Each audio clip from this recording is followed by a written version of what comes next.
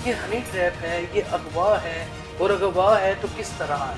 Honey trap तो एक post area में भी हो सकता है जिस तरह ये हुआ है, और एग्जैक्टली वही जो बातें आपने मैसेंजर पे बात हो रही है, व्हाट्सएप नंबर एक्सचेंज होते हैं, सराया बताता है कि वो गुफ्तगू भी बड़ी रोमांटिक किस्म की है, एक वीडियो भी बनती है। वीडियो में खलील रहमान कमर साहब ने अपर टॉप नहीं पहना हुआ और बोसा कना भी होते हैं। नहीं, ऐसी कोई वीडियो हमारे पास नहीं है। हस्ते जनाब खलील रहमान कमर साहब ने भी ये काम ला चुके हैं और साना दो कुड़ियाँ भी मौजूद ने। और शोबिस का ज़्यादातर काम जहाँ तक मेरा नॉलेज है कि वो ज़्यादातर रात के वक्त ही किया जाता है। और धूप में आके उन्होंने प्रेस अब उठ के घर जाने से मना तो नहीं किया हुआ, वो तो उन्होंने घर तो जाना ही था। शनाख्त परेड में तमाम मुलजमान को भेज दिया जी, लेकिन आपने आमना अरूज की शनाख्त परेड के लिए और शनाख्त परेड उन लोगों की होती है जिनको आपने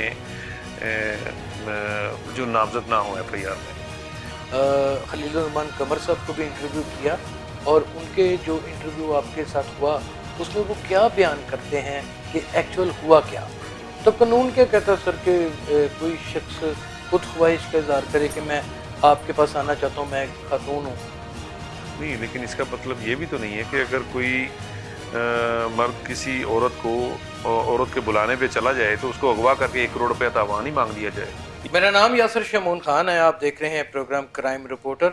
नाज़रीन, आज मैं आपकी ऐसी शख्सियत से मुलाकात करवाने जा रहा हूँ जिसके ऊपर वतन अजीज़ पाकिस्तान की इस वक्त 24 करोड़ आवाम की नज़रें टिकी हुई हैं। खलील रहमान कमर के हवाले से हो या फिर आप माजी के जितने भी बड़े बड़े केसेस देखें, हीनियस क्राइम देखें, एक क्राइम फाइटर पुलिस ऑफिसर होने के साथ साथ एक फहमो फरासत रखने वाले, होश रखने वाले, ऐसे तहकीकात करने वाले अफसर हैं कि जो बड़ी बुनियादी चीज़ों तक कहते हैं कि बाल की जहाँ पर खाल एक कहावत है ना कि खींचनी होती है, कहीं खिंचे ना खिंचे, इनके यहाँ खिंचती है और जुर्म जो है वो नंगा होके अपने किए जाने वाले जुर्म का एतराफ़ भी करता है।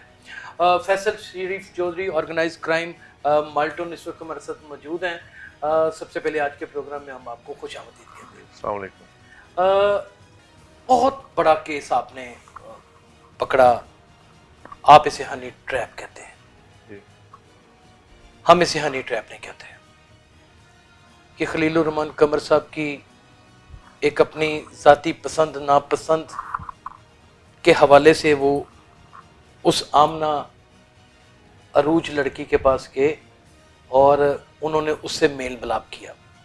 हनी ट्रैप फैसल साहब, अक्सर औकात हम देखते हैं कि बंदा उठा लिया जाता है, रास्ते में से लड़की का कज़न उसे जो बनाया होता है सो कार्ड वो लेता है, फिर उसकी एक वीडियो बनाई जाती है, वीडियो बनाने के बाद रिश्तेदारों को अजीज़ों को भेजी जाती है, छोटी छोटी स्टिकों के साथ मारा जाता है, रुलाया जाता है, पैसे मांगे जाते हैं और बसा औकात वो हनी ट्रैप करने वाले नाजरीन लोग कुछ बैठ बैठा कर भी बात करके बीच बचाव कर लेते हैं और ये कच्चे के इलाके में ज़्यादातर देखा जाता है। अब यहाँ सिचुएशन ये है कि 15 रोज से इतराफ़ कर रहे हैं खलील रहमान कमर साहब कि जनाब हमने उनसे गुफ्तगू की। एक लड़की तारुफ करवाती है बाहर से आई, फिर तारुफ करवाती है कि मैं आपके साथ कोई काम करना चाहती हूँ, फिर आपको बयान में ये भी कहती है अपने बयान में कि खलील साहब ने खुद ख्वाहिश का इजहार किया कि मैं आपके पास आना चाहता हूँ। एक ऐसा शख्स जिसे मिलने के लिए कम से कम आप जैसे गस्टेड ऑफिसर या किसी जान पहचान के बंदे को सिफारिश करके मिला जाए, वे खतून के पास लोटियां खाता हुआ फौरन ही पहुंच जाए रात को। ये हनी ट्रैप है, ये अगवा है, और अगवा है तो किस तरह है, थोड़ा सा इसे समझा दीजिए। हनी ट्रैप को जो आपके ज़हन में है कि सिर्फ वो कच्चे के इलाके में हो सकता है, ये बिल्कुल गलत बात है। आप ये किसी भी जगह पे हो सकता है। हनी ट्रैप तो एक पोस्ट एरिया में भी हो सकता है जिस तरह ये हुआ है, और एग्जैक्टली वही जो बातें आपने पहले बयान की हैं और सेम उसी तरह ही हुई हैं, उनको बुलाया गया है। और अगर एक लड़की किसी राइटर को या किसी प्रोड्यूसर डायरेक्टर को जिसका ताल्लुक शोबिस से हो और उसे अपना इंट्रोडक्शन ये करवाए कि मैं बाहर से इंग्लैंड से आई हूँ और मैं एक ड्रामा बनाना चाहती हूँ, उसमें काम करना चाहती हूँ, तो इसलिए किसी का उसको मिलने के लिए जाना, तो मेरे ख्याल इसमें कोई ताज्जुब की बात नहीं है। फैसल साहब, रात के वक्त जाना और वो भी एक ऐसे अनजान शख्स के पास जिससे कभी कोई मेल मुलाकात ना थी, ना कोई शनासाई थी, मैसेंजर पे बात हो रही है, व्हाट्सएप नंबर एक्सचेंज होते हैं, गुफ्तगू होती है, ज़राया बताता है कि वो गुफ्तगू भी बड़ी रोमांटिक किस्म की है। और फिर ये भी पता चलता है हमें, ज़राया बताता है कि एक नाज़रीन आज खुलेआम बात क्यों ना कर दें, कर देनी चाहिए ये बात। वतन अजीज़ का इतना बड़ा नाम है, दानिश्वर कर क्या रहे हैं ये हमें जानना बड़ा ज़रूरी है। एक वीडियो भी बनती है, वीडियो में खलील रहमान कमर साहब ने अपर टॉप नहीं पहना हुआ और बोसा कना भी होते हैं और सारा कुछ होता है। कैसी वीडियो कोई आप लोगों ने रिकवर की है? नहीं, ऐसी कोई वीडियो हमारे पास नहीं है, क्योंकि मुलजमान को जब पकड़ा गया है उस इंसिडेंट की जो वाक़या हुआ था उसके बाद तकरीबन 4-5 दिन के बाद ये गिरफ्तार हुए हैं। तो इस दौरान मोबाइल जो उनके पास थे मे बी उन्होंने डिलीट की है या क्या, अभी तो इंटेरोगेशन जारी है, क्योंकि अभी हमने उन्हें कल ही अरेस्ट किया है। उसके बाद उनको शनाख्त परेड पे भिजवाया है जेल में। जैसे वो रिमांड पे आते हैं वापस तो फिर उनकी तफ्तीश होगी, तो फिर सारी चीज़ें सामने आएंगी। कहीं ऐसा तो नहीं कि मुलजमान आपने पकड़ लिए हुए थे, क्योंकि ऑर्गेनाइज क्राइम जाहिर है हीनियस क्राइम के ऊपर काम करता है और 24 घंटे काम करता है, और आप जैसे ऑफिसर तो आए दिन गिरोह पकड़ते रहते हैं। उनको 4 छितर पड़े और उन्होंने कहा जी इससे बड़ी बड़ी कार्रवाई पाई अस्ते जनाब खलील रहमान कमर साहब ने भी ये काम ला चुके हैं और साना 2 कुड़ियाँ भी मौजूद ने और ये सारा कुछ है। और उसके बाद उनकी एप्लीकेशन भी मौजूद थी। फिर उस एप्लीकेशन को फर्स्ट इन्फॉर्मेशन रिपोर्ट में बदलने के लिए आपने जाके उनको कहा कि जनाब है तो बहुत कुछ रिकवर हो गया है, बंदे भी फड़े गए हैं, उन तो सामने आओ, और उन्होंने इनकार कर दिया और वो इतराफ़ करते हैं कि मैंने इनकार कर दिया।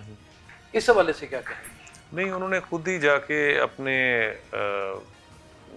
जब उनको, क्योंकि जब ये वाक़या हुआ तब 8 और 9 मुहर्रम की दरमियानी शब थी। ठीक है। 9 और 10 मुहर्रम को वैसे ही आपको पता है कि सारे मुल्क में तकरीबन तातील का समा होता है और पुलिस भी बिजी होती है यौम शऊर के मौके पे, और सारा जारी बात है सारी मशीनरी बिजी होती है, ऑक्यूपाई होती है। तो ये भी एक ट्रॉमा में थे जब इनको अगवा किया गया, इनको तशद्दुद का निशाना भी बनाया गया। इनकी 60+ एज है, तो जाहिर बात है जब वो नॉर्मल सेंसेस में आए हैं तो तभी उन्होंने जाना था। दूसरी बात, शोबिस का ज़्यादातर काम जहाँ तक मेरा नॉलेज है कि वो ज़्यादातर रात के वक्त ही किया जाता है।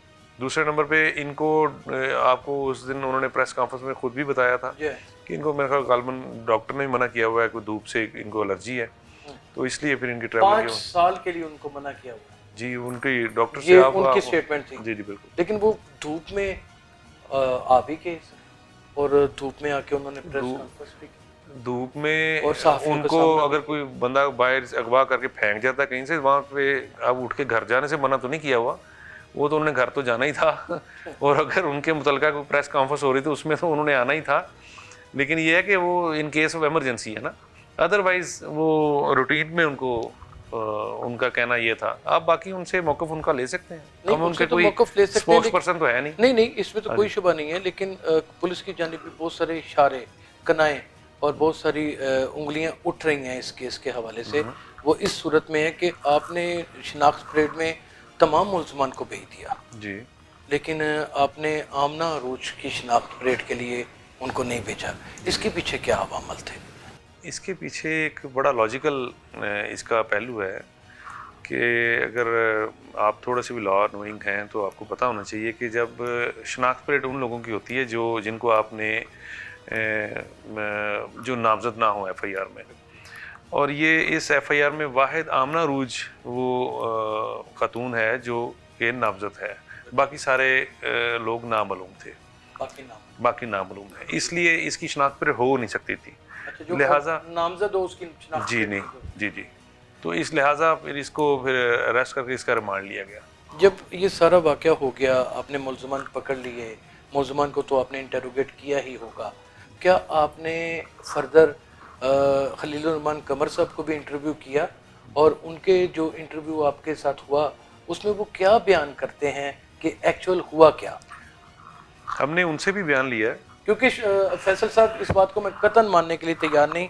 अदब इल्म के साथ मेरा तकरीबन कुछ 24 से 25 साल की वाबस्तगी है। मुझे रात को जो महफिलें सजती हैं वो तवाइफ़ों के अड्डों के ऊपर सजती हैं, वो मुजरे सजते हैं, वो तमाशबीन महफ़िलें सजाते हैं, वो जुए खाने सजते हैं, वो बुक मेकर्स बैठते हैं। मैंने रात को लिखारियों को लिखने के लिए जाकर अपनी सर्विसेज प्रोवाइड करते हुए कभी नहीं देखा। इस बात को मैं मानने के लिए तैयार नहीं। इसलिए मैं चाहता था कि जो आपका इंटरव्यू हुआ है उनके साथ, उसके बारे में थोड़ी सी रोशनी डालें। हमने जो उनसे बयान शान लिया, जो हमें उन्हें बताया है, वो ऑलमोस्ट वही बयान है जो उन्होंने एफआईआर के लिए जो अपनी एप्लीकेशन दी थी, वही वाला उनका बयान है। और उसके आप बाद मुतमईन हैं उनके बयान से?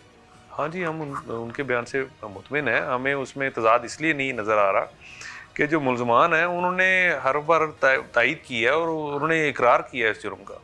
ठीक है। तो या तो वो डिनाई कर रहे हो तो फिर हम दोबारा उनकी मतलब मुद्दई की हम इंटेरोगेशन शुरू कर देंगे, आपने गलत एफआईआर करवा दी है। जब मुलजमान मान रहे हैं और वो चीज़ें रिकवर हो रही हैं उनसे, तो कानून क्या कहता है सर कि कोई शख्स खुद ख्वाहिश का इजहार करे कि मैं आपके पास आना चाहता हूँ, मैं खातून हूँ, खुद ख्वाहिश का इजहार करे और वो आके मेरे पास आ जाएं और वो मेरे साथ जो मर्ज़ी करें, चाहे जो मर्ज़ी, मेरा उनका ज़ाती मामला है, तो कोई और आके उठा के उनको ले जाए, तो ये अगवा कैसे होगा सर? नहीं, लेकिन इसका मतलब ये भी तो नहीं है कि अगर कोई मर्द किसी औरत के बुलाने पे चला जाए तो उसको अगवा करके 1 करोड़ रुपया तावान ही मांग लिया जाए, या उसको टॉर्चर किया जाए, उसको एक ज़िले से दूसरे ज़िले में ले जाया जाए और 16 बंदे मुसल्लह हों, 3 गाड़ियों पे वो आएँ, चौथी गाड़ी भी छीन के ले जाएँ और उसके बाद फिर गन्स भी लेके आएँ, उसको मारें, उसके पैर पे फायर करें जो उसको लगा नहीं, लेकिन पूरे तरीके से उसको अंडर प्रेशर करें कि वो रकम दे, अदरवाइज उसको मार दिया जाएगा। तो ये भी कहाँ पे लिखा हुआ है कि अगर कोई किसी को मिलने चला गया है तो उसको इतनी बड़ी सज़ा दी जाए कि उसकी जान ही ले ली जाए या जान लेने की कोशिश की जाए? बिल्कुल ठीक है, लेकिन एक बहुत अहम नुक्ता ये है कि ये ऑर्गेनाइज क्राइम को जब भी कोई टास्किंग की जाती है तो वो बाकायदा टास्किंग होती है, इन ऑर्डर होती है। क्या आपके पास भी कोई ऑर्डर मौजूद थे कि इस केस को रिजॉल्व करना है? ज़ाहिर बात है, हमें हमारे हाई ऑप्स, मेरे डीआई साहब और सीसीपी साहब का हुक्म था कि ज़ाहिर बात है एक नामवर एक राइटर है जो किडनैप हुआ है और इस गैंग को गिरफ़्तार करना इतना बड़ा वाक़या हुआ है कि 15-16 लोग मुसल्लह होके आए हैं और उन्होंने लाहौर में से, मतलब बैरिया टाउन जैसी एक पोश एरिया में से उनको अगवा किया और ले गए हैं और वहाँ पे जाके फेंका है ननकाना के पास। तो हमें टास्क मिला था तो उसको मैंने अल्हम्दुलिल्लाह हमने विद इन 8 आवर्स हमने अचीव किया और अल्लाह पाक ने कामयाबी दी और 12 लोगों को गिरफ़्तार किया। 4 लोग बकाया हैं, वो भी जल्दी इंशाअल्लाह ताला हमारी लॉकअप में जो होंगे। मेन इसका मास्टरमाइंड था उसका नाम था गालिबन हसन शाह। हसन शाह, तो वो अभी तक नहीं पकड़ा गया? वो पकड़ा नहीं गया लेकिन पकड़ा जाएगा, जल्दी पकड़ा जाएगा वो पकड़ा जाएगा, घेरा तंग हो चुका हुआ इंशाअल्लाह ताला। इसमें तो कोई शुबा नहीं है कि डीएसपी फैसल शरीफ चौधरी जब किसी काम को हाथ डाल देते हैं तो उसको मंतकी अंजाम तक तो सो पहुंचाते हैं, लेकिन जो नुकसान हो जाते हैं वो भी उसकी भरपाई भी कर देते हैं। लेकिन यहाँ पर तो इज़्ज़त नफ्स और आबरू की जो धज्जियाँ उड़ी हैं और जो सवालात उठे हैं नाज़रीन, ये शायद रहती दुनिया तक कलमकारों के लिए एक अचंभे का बाइस तो बने ही रहें। फैसल साहब, आपको नहीं लगता इस एफआईआर को पढ़ के, आपको नहीं लगता इस सारी स्टोरी को देख के, आपको नहीं लगता अपना खलीलुर रहमान कमर साहब की गुफ्तगू सुनने के बाद कि जैसे वो एक ड्रामा लिख देते हैं वैसे ही उन्होंने एक ट्रांसक्रिप्ट लिख दिया है और वो बिल्कुल वैसे ही जज्बाती तौर के ऊपर आके वो सुना देते हैं?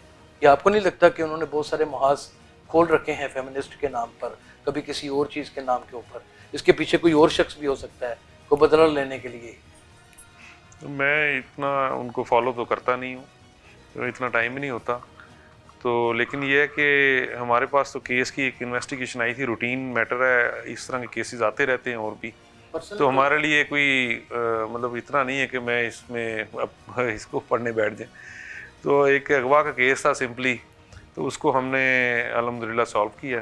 तो बाकी जो है कि हमें इसमें उनकी एफआईआर में कोई ऐसी बात नहीं नज़र आई कि वो लगे कि जिसने झूठी एफआईआर दर्ज करवाई है।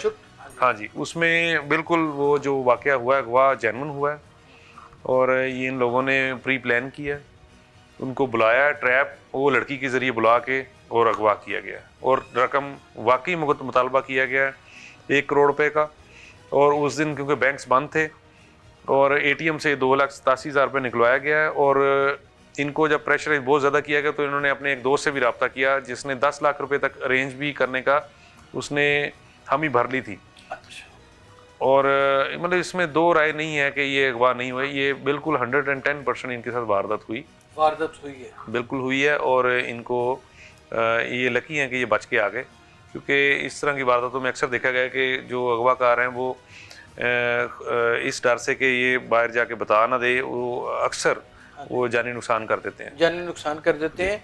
और दूसरा, आप क्या एडवाइस करेंगे अहले दानिश को, आप मुसन्नफ़ों को, आप उन लोगों को जो अपनी तहरीरों से लोगों की ज़िन साजी कर देते हैं कि रात के पहर अगर किसी दोशीज़ा से गुफ्तगू शुरू हो ही जाए तो कहना चाहिए कि मैं आपके पास आऊँ? नहीं, आइंदा के लिए अपने ऑफिस बुला लें यही है। हाँ जी। नाज़रीन, आपको मैं एक बात बड़ी क्लियर बता दूं, क्योंकि फैसल शीफ साहब को तो मैं उस वक्त से जानता हूं जब से उन्होंने पहली एसएचओशिप अपनी शुरू की, और दबंग पुलिस ऑफिसर हैं। बिल्कुल झूठ से और गलत बयानी से इनका कोई दूर दूर ताल्लुक नहीं है। सच बात वो बताना ना चाहें तो जिस तरह आज बहुत सी बातों के ऊपर उन्होंने बात ही बदल दी और खामोशी इख्तियार कर ली, वो ऐसा रवैया ज़रूर अपनाते हैं।